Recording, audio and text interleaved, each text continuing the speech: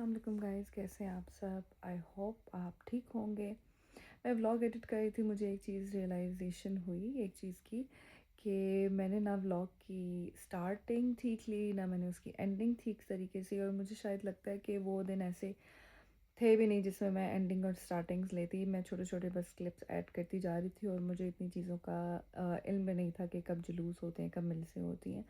तो मैं ज़्यादा से ज़्यादा मैं ये चाह रही थी कि मैं हरम में टाइम स्पेंड करूँ, मैं अपनी इबादत करूँ और उन मकामात की ज़ियारत कर सकूँ और आप लोगों को भी करा सकूँ कि जहाँ पर शहादतें वाक़या हुई हैं, जहाँ पर मौला की खैमा गाह है, जहाँ पर उनकी ज़ुलजनाएँ बाँधी जाती थी, जहाँ पे मौला हुसैन अलैहिस्सलाम शहीद हुए, मौला गाज़ी अलैहिस्सलाम शहीद हुए। और मैं ये भी रियलाइज़ कर रही थी कि मैंने 3 से 4 ज़ियारत मिस की हैं। तो मुझे बड़ा दुःख हो रहा है उन चीज़ों का कि मैंने क्यों मिस की। और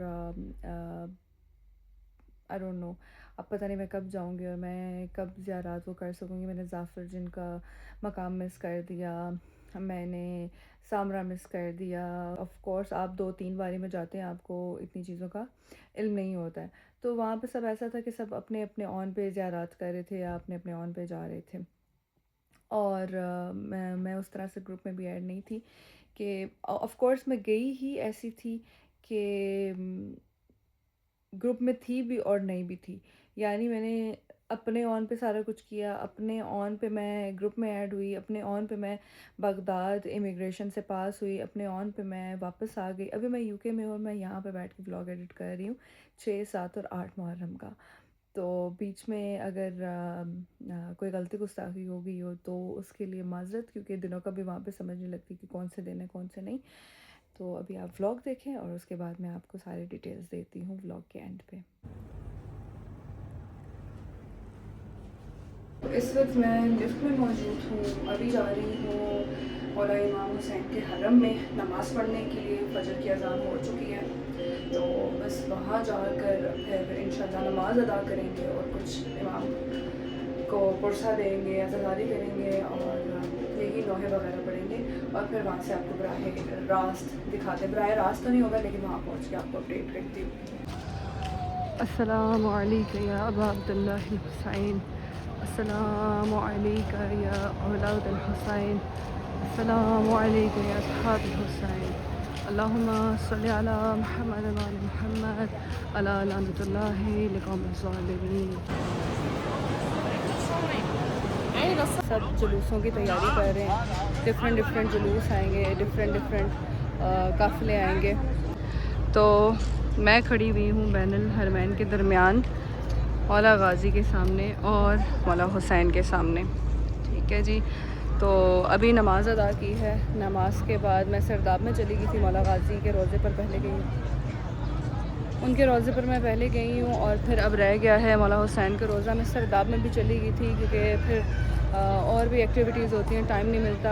आज हमारी तरफ से इरम बाजी की तरफ से न्याज भी है और फिर उनकी भी हेल्प करनी है। अभी बज चुके हैं सुबह के 5:30। फिर अभी थोड़ी देर यहाँ पे रहेंगे, उसके बाद जाएंगे अपने होटल। जो भी है नज़र न्याज की चीज़ें जमा करनी है वो लानी है। बाज़ार अगर जाना हुआ तो मैं उनके साथ चली जाऊँगी। तो मौला गाज़ी की तो मैंने एज़ पर मौला हुसैन कॉल मैंने ज़ियारत उनकी कर ली है। और मैं आज किसी फ्रेंड से अपनी नहीं मिल रही। मैं चाहती हूँ मुझे कोई भी ना जाने, मैं चुप करके यहाँ पे बस अपनी इबादत करूँ और मैं और मौला, बस और कोई नहीं। तो मैं इसलिए आज अकेली रह रही हूँ और मैंने स्पेशल मौला से दरख्वास्त की कि मुझे बुलाएं आप। मैं होटल से निकल नहीं रही थी क्योंकि मुझे वो जो तड़प और वो खिंचाव होता है ना, वो थोड़ी देर के लिए ना बंद हो गया। मैंने मौला से तवस्सुल किया कि मौला मैं आपके पास आई हूँ, तो मुझे बुलाया तो उन्होंने ही है, लेकिन मुझे ना पता नहीं बस कुछ है कि वो इजाज़त दें, मुझे कोई इज़्न मिले और फिर मैं आऊँ। बस अभी जाऊँगी इमाम हुसैन अलैहिस्सलाम की ज़ियारत के लिए। काफ़ी रश होता जा रहा है तो टाइम से मैं ज़ियारत कर लेती हूँ। फिर बहुत मुश्किल हो जाता है कि अंदर हरम में आना और जाली को हाथ लगाना, क्योंकि बहुत ज़्यादा रश होता है और सबका दिल होता है कि हम ज़्यादा देर तक जालियों को पकड़ के खड़े रहें। तो ऐसा नहीं हो सकता, पूरी दुनिया से लोग काफ़िले आए हुए होते हैं। तो अभी जाते हैं मौला हुसैन की ज़री पे और बस सलाम करते हैं और निकलते हैं। तो बस चेकिंग करवा ली है, दखूलन नसा यानी नसा के उससे एंट्रेंस से चेकिंग करवा ली है। अब पहुँचे इमाम हुसैन के हरम में और क्या ख़ूबसूरत मंज़र है। मैं पहले सोच रही हूँ कि मैं पहले सरदाब में जाऊँ या किधर जाऊँ। ज़री को हाथ लगा के आ जाते हैं, ठीक है, इमाम को सलाम करके आ जाते हैं, फिर जाते हैं सरदाब में। सरदाब कहते हैं बेसमेंट में, जहाँ पे नीचे कब्र होती है। कुछ लेवल्स होते हैं, मुझे इतना आइडिया नहीं है कि ये कितने लेवल पे सरदाब है। सरदाब के नीचे भी लेवल्स होते हैं। तो ये जो सरदाब है ना, सरदाब में होती है कब्र, ऊपर ज़री मुबारक होती है जिसको लोग हाथ लगाते हैं, दुआ शुआ करते हैं। ज़्यादा रश जो है ज़री पर होती है, सरदाब पे कम रश होती है।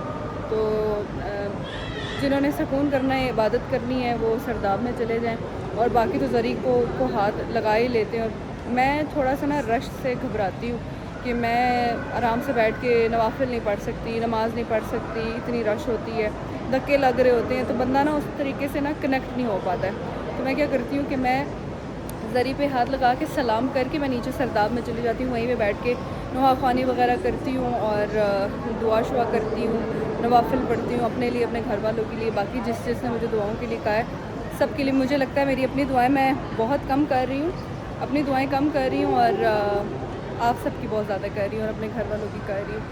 तो बस अल्लाह पाक मेरा यहाँ पर आना, पढ़ना, मेरी इबादत सब कबूल फरमाए।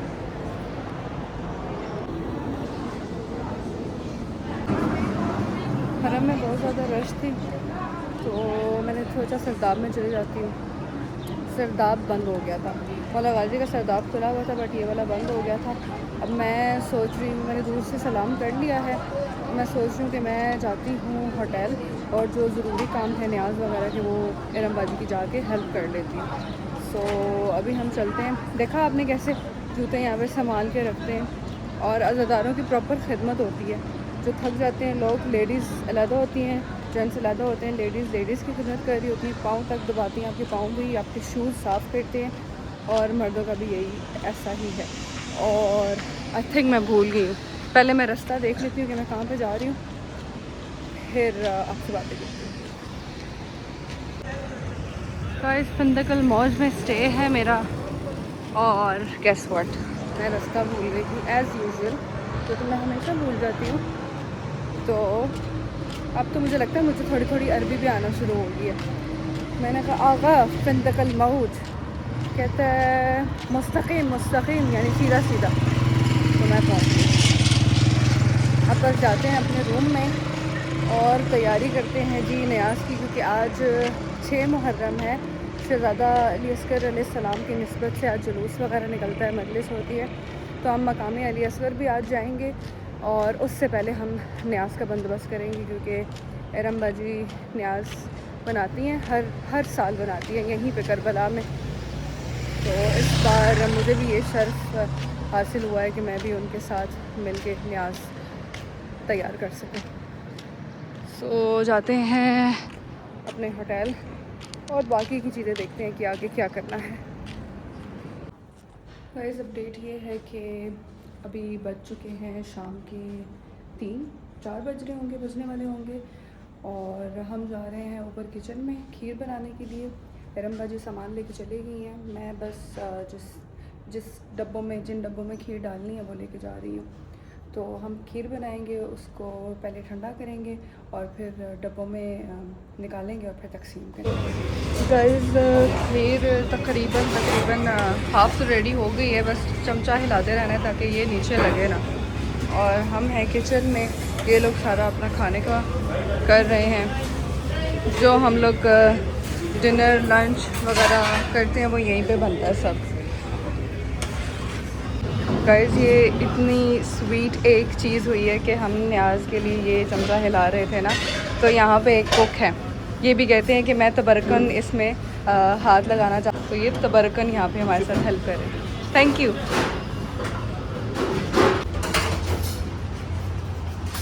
चलो तो खाना में आप बताएं, मैंने खीर नीचे नहीं लगने दी ना यार, आपने बहुत अच्छी बनाई वैसे है। बहुत मैंने तो सिर्फ दूध और खीर डाला था, आपने सारा बनाया। नहीं इरम बाजी ऐसे मत कहें, सीरियसली आपको पता है, वो बर्तन धोने लगी। आपको पता है मेरी अम्मी इतनी बड़ी बड़ी देगें बनाती हैं, और मतलब तकरीबन 12 किलो वाली 14-15 किलो वाली मेरी अम्मी देगें बना लेती हैं। तो उन्होंने मेरे से मसाले ठीक करवाती होती थी, मैं मसाले मैं डालती होती थी, खाली मेरा शायद हाथ में उतनी जान नहीं है, ताकत नहीं है कि मैं वो चमचा हिला पाऊँ ना। बाकी सारी देग वो बनाती होती थी, सिर्फ मसाले मैं डालती होती थी देग में। तो अम्मी कहती है मेन काम तुम कर देती हो, खाली ताकत वाला काम मैं करती हूँ। लेकिन ये भी बहुत बड़ी इज़्ज़त की बात होती है कि इतनी लोगों के लिए न्याज़े बनाना, देगे बनाना बहुत बड़ी बात होती है। और मेरी माँ ने कभी मुझे रिकॉर्ड नहीं करने दिया कि ये मेरी न्याज में ये कैमरा नहीं आना चाहिए। तो मेरी अम्मी ने कभी मुझे रिकॉर्ड नहीं करने दिया। लेकिन अब जब मैं खुद बनाऊँगी तो ऑफ कोर्स मैं तो रिकॉर्ड करूँगी ना, क्योंकि मेरा अब ये काम है। गाइस डब्बे मैंने खोल कर रख दी हैं, और ये खीर यहाँ पे हो रही है थोड़ी ठंडी। तो इरम बाजी कह रही है ठंडी हो जाती है तो तुम डालो और मैं पैक करती हूँ, राइट इरम बाजी?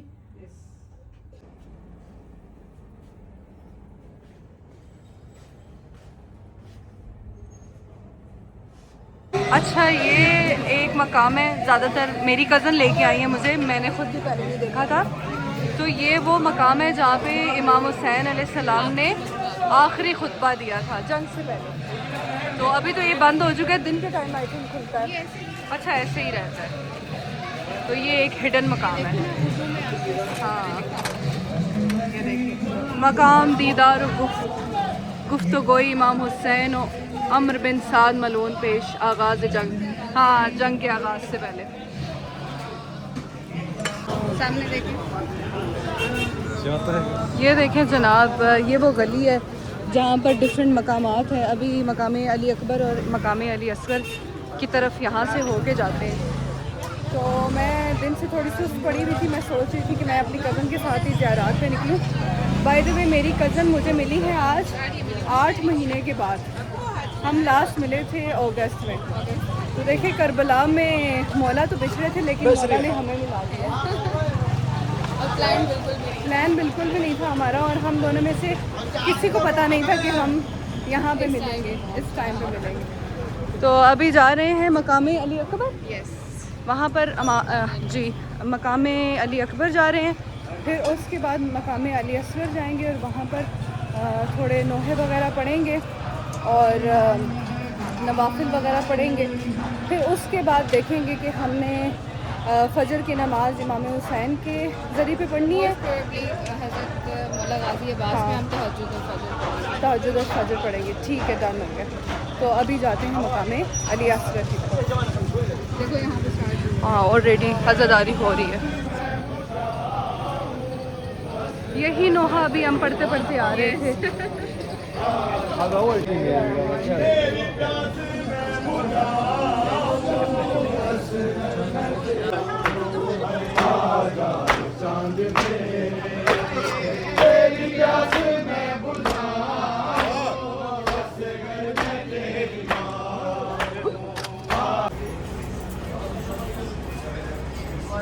ये है मकाम अली अकबर अलैहिस्सलाम।